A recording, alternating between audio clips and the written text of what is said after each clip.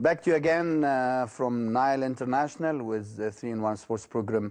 Well, the matter of fact, we were very proud of Abdurrahman, and all the others has achieved a lot of medals. We will see one later, Amira Mansour, in another report, and we will also have the Sports World News later on.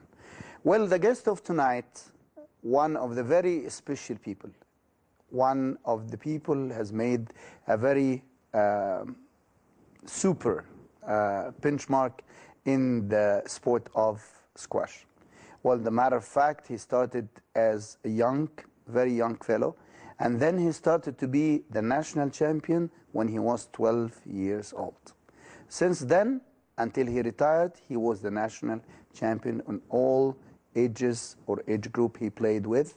And in the meantime, he was the junior world champion with the very first ever team to set this record to the country. And in the meantime, he was the very first one also with the senior world team, and he was the team captain. And I'm very happy to have him among us tonight, Omar El Brulossi. Omar, it's good to have you with us. Thank you very much. How are you? I'm good.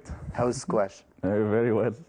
Well, at the beginning, we would like just to spotlight on how did you get involved to squash and why especially squash? I was playing sports in Maadi club, like all other kids are playing swimming at the beginning, and my uncle used to play squash. I went with him one day. I was like 4 or 5 years old, very, very young age. And I liked the game, and I took it from there. I kept playing swimming and squash at the same time till I was like 10 or 11 years old, and then I was doing better in squash, so I continued in squash, and since then I'm involved in squash. Well, I think swimming after your dad, because your dad was one of the people in the first league of handball and also water polo. Yes, yes. Dr. Khaled El Brulossi. And in the meantime, you have among you also your 3 kids. You have one is Marwan, 10 years old. He's playing squash also. He's the one who's playing squash seriously now, just started playing seriously and started playing tournaments. He's 10 years old now, starting playing the first age group, which is under 11 now. He is on taking his dad's footsteps. Yeah, inshallah. Inshallah. And I have my 2 other daughters. Amina, she's 6, just starting to learn squash I'm now. reminding you. And Amina, And what's Aula? the names of the 2 others? No, And Amina Aula? is 6, and Yeah. Aula is 3 years old. Very good, very good. God bless them all. So you put them really in the atmosphere of a sport. Yes, yes. I think this is the best atmosphere ever. We all went through this. We were raised in the club, not outside. It's much better atmosphere. Socially, it's better. Athletically, it's very good for your health. Very good for your mental stability, your everything. I want them to be at the club, to train, to play sports, to learn discipline from sports. It makes a huge difference in the personality. It will be good for them, even if they don't continue sports as a professional level or at the highest level, but it makes a huge difference in their personality and in the way someone thinks about his life and his future.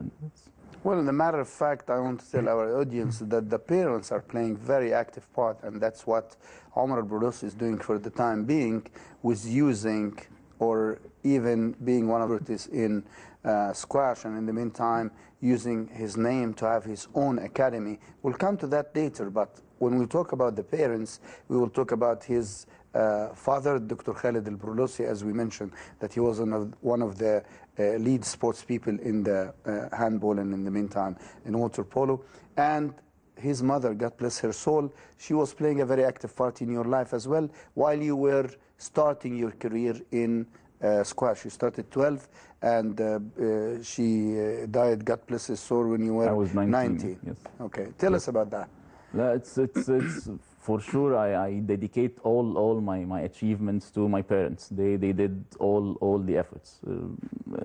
Same for many other parents of all Egyptian champions, because still, especially in the 80s and the 90s, the governmental support was still very minimum for the champions, and for parents had to do all the work.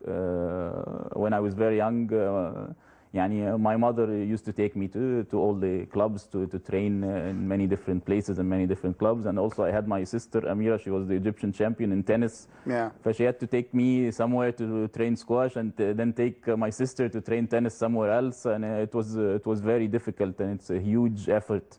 And I learned from her a lot. And this is what I'm doing with my kids now. This is what I learned from my parents. My dad had also a great role. He used to travel with me to international tournaments when I was young, and I had to travel. I couldn't travel on my own. They both had a great effect on me, and it's them. It's all what I've achieved, all what I've done. It's my parents' role and my parents' efforts. And I hope I can do the same with my kids. Yeah, I'm sure that you're going to do that. I just wanted to inform you that Omar Barossi is an engineer. He graduated from the AUC. What is with the profession? How is the profession, merge with the squash? I have seen a very good point that you mentioned to me, which is that you are working in your field with the sport. Talk to us about that. Yes, I was. First, I learned engineering. I love engineering, and I went to engineering by choice. I chose to study engineering. I graduated from the American University in Cairo with a construction engineering degree. That was in January 2000. Wow. I didn't want to. I couldn't even work as a full-time engineer and leave squash because I was at the top of my career. And when I graduated, I was number 13 or 14 in the world in squash. I was already full-time professional, and I used to travel and play tournaments. But I couldn't just leave squash and just start a normal standard engineering career. I saw there's a marketing gap in Egypt, like a market gap in Egypt in the field of sports engineering, if we can call it like this. It is true. In sports constructions. It is true. I started my own company or my own business to work as an engineering consultant in sports projects, like doing planning and design and construction of sports facilities. So I mixed my knowledge and my background, my engineering background, with my experience in sports. And because I've been all over the world, visited so many clubs, I've seen so many sports facilities, I've seen how sports is constructed and how is it planned and how is it managed. So I learned all this. I wanted to use my experience to improve and develop the sports in Egypt in a better way. Well, Omar Barossi, as one of the stars, the very first people start the squash, to put the squash on the map of victories with Ahmed Barada. In the meantime, do you think that Omar Barossi is different when he was a player? Then after he graduated, being engineer, Omar Barossi started to look to life with a new aspect, not from the engineering side, not from the sports side. I mean, what is your overall look after all this career and very successful career in squash and also in studies? Just more experience. I've always loved sports. I love what I learned in engineering. Most of my work is mainly sports management now. The engineering is not that big, but I enjoy doing the sports management and sports development, especially in squash, which is the thing that I master and I can do very well. I use my background, my education in everything I do.